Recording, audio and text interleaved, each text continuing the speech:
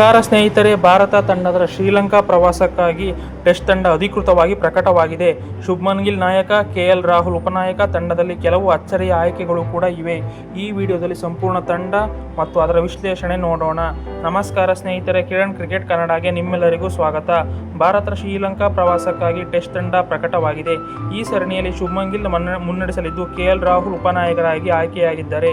Batting ವಿಭಾಗದಲ್ಲಿ ಯಶಸ್ವಿ ಜೈಸ್ವಾಲ್, ರಿಷಬ್ ಪಂತ್, ಸಾಯಿ ಸುದರ್ಶನ್, ಧ್ರುವ್ ಜುರೇಲ್, ದೇವದತ್ ಪಡಿಕ್ಕಲ್ ಸ್ಥಾನ ಪಡೆದಿದ್ದಾರೆ. ಯುವ ಆಟಗಾರರಿಗೆ ಅವಕಾಶ ನೀಡಿರುವುದು ತಂಡದ ಭವಿಷ್ಯವನ್ನು ಗಮನದಲ್ಲಿಟ್ಟುಕೊಂಡು ನಿರ್ಧಾರವಾಗಿದೆ. ಆಲ್ರೌಂಡರ್ ವಿಭಾಗದಲ್ಲಿ ರವೀಂದ್ರ ಜಡೇಜಾ ಪ್ರಮುಖ ಪಾತ್ರ ವಹಿಸಲಿದ್ದಾರೆ.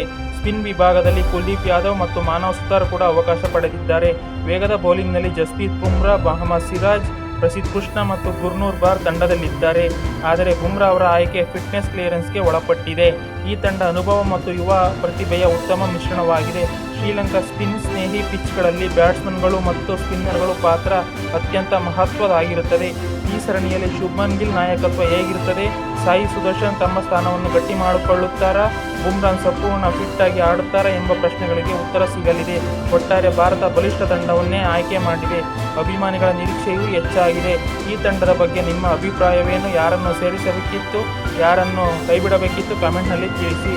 ವಿಡಿಯೋ ಇಷ್ಟವಾದರೆ ಲೈಕ್ ಮಾಡಿ, ಶೇರ್ ಮಾಡಿ ಮತ್ತು ಕಿರಣ್ ಕ್ರಿಕೆಟ್ ಕನ್ನಡ ಚಾನಲನ್ನು ಸಬ್ಸ್ಕ್ರೈಬ್ ಮಾಡಿ. ಧನ್ಯವಾದಗಳು.